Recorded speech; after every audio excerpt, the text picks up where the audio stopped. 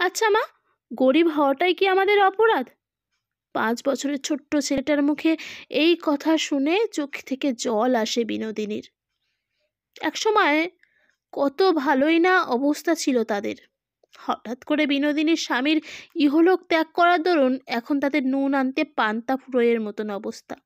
তাও নিজেকে স্বাভাবিক করে ছেলেকে প্রশ্ন করে বিনোদিনী, এ কথা বলছিস কেন বাবা? দেখলে না আজ জমিদার বাড়ি থেকে আমাকে কিভাবে তাড়িয়ে দিল। কেন মা? আমরা গরিব বলে? তুই কেন যেতে গেলি ওখানে? ও মা, যাব না।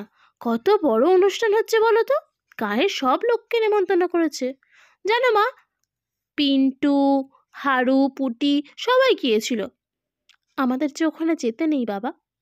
আমাদের দেশে এখনো টাকা দিয়েই সবাইকে বিচার করা হয়, তাই না মা? না হলে তো বাবা বেঁচে থাকায়ও আমি বাবার সাথে কতবার জমিদার বাড়ির পুজোয় গেছি। তখন তো কত আদর যত্ন করতো, কারণ তখন আমাদের টাকা ছিল। আমরা ছিলাম অবস্থা সম্পন্ন ঘরের ছেলে।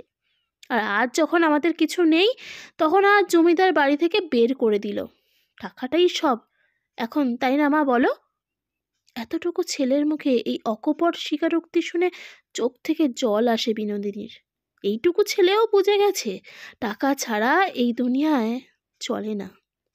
মায়ের চোখে জল দেখে ছোট্ট রামু মায়ের চোখে জল মুছে দিয়ে মায়ের কোলে মাথা রেখে শুয়ে পড়ে আর বলে, দেখবে মা, একদিন আমি পড়াশোনা করে অনেক বড় হব, চাকরি করব, আমরা শহরে যাব, তোমাকে ভালো ভালো খাবার খাওয়াবো। তখন আমি তোমাকে পুজোয় একটা চওড়া পাড়ের শাড়ি কিনে দেব। তখন আর তোমাকে লোকের বাড়ি কাজে যেতে হবে না।